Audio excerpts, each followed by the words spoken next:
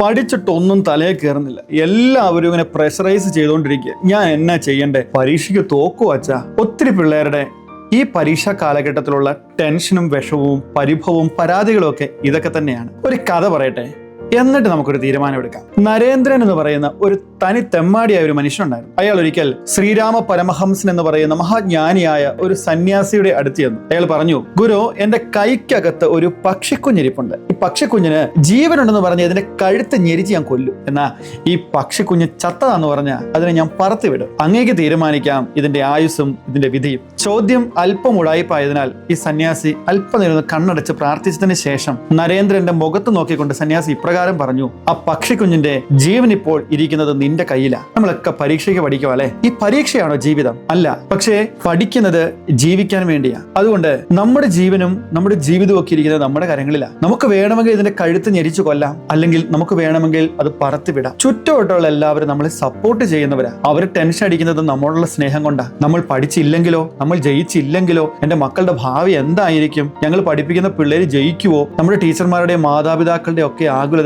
നമുക്ക് വേണ്ടി തന്നെയാണ്. അതുകൊണ്ട് നരേന്ദ്രന്റെ മുഖത്ത് നോക്കി ആ സന്യാസി പറഞ്ഞ വാക്കുകൾ വിടുവാക്കുകളായില്ല. നരേന്ദ്രൻ അത് ഉള്ളിലേക്ക് എടുത്തു. അതുകൊണ്ടാണ് ലോകം മുഴുവൻ ഇന്ന് വാഴ്ത്തുന്ന സ്വാമി വിവേകാനന്ദനായിട്ട് അദ്ദേഹത്തിന് രൂപപ്പെടാനായിട്ട് സാധിച്ചത്. മക്കളെ, നാളെ നിങ്ങൾക്ക് നല്ലൊരു ഭാവിയുണ്ട്. നമ്മൾ മറ്റുള്ളവരുടെ നിർബന്ധങ്ങൾക്ക് വേണ്ടിയാണ് പഠിക്കുന്നതെങ്കിൽ നമ്മൾ നാളെ ആരും ആവത്തില്ല. മറിച്ച് ഇത് പഠിക്കുന്നത്, ഇത് അറിയുന്നത്, വായിക്കുന്നത്, വിദ്യാഭ്യാസം നേടുന്നത് നാളെ എനിക്ക് ഒരു തലത്തിലേക്ക് ഉയരാനായിട്ട് എന്നെ സഹായിക്കാൻ വേണ്ടിയാണ്. ഞാൻ പഠിച്ചില്ലെങ്കിൽ ഞാൻ നാളെ ആരും ആവില്ല എന്നുള്ള തിരിച്ചറിവ് നമുക്കുണ്ടെങ്കിൽ മക്കളെ, ജീവിതത്തിൽ നമുക്ക് ഒരുപാട് വിജയിക്കാനായിട്ട് പറ്റും. കുറച്ചു കാലം കഴിയുമ്പോഴേക്കും നമ്മുടെ ഈ ചുറ്റുവട്ടം നിൽക്കുന്നവരെല്ലാം മാറിപ്പോവുകയോ മൺമറഞ്ഞു പോവുകയോ ചെയ്യും. പക്ഷെ അന്ന് നമ്മളുണ്ടാവും. പക്ഷെ അന്ന് നമ്മൾ ജീവിക്കേണ്ട ഒരു കാലഘട്ടത്തിലായിരിക്കും. അതിന് ഇന്നാവനാടിയിൽ അമ്പു ശേഖരിക്കണം എന്ന് പറയും. ചിന്തിച്ചു നോക്കാം, ഇത്രയും കാലം നമ്മൾ പഠിച്ചതിൽ ഒത്തിരി കുറവുകളൊക്കെ വന്നിട്ടുണ്ടാവും, ഇല്ലേ? നന്നായിട്ട് പഠിക്കാനൊക്കെ ചിലപ്പോൾ പറ്റിയിട്ടുണ്ടാവില്ല. സാരമില്ല, ഇന്നു മുതൽ തുടങ്ങാലോ, ഈ നിമിഷം മുതൽ തുടങ്ങാലോ.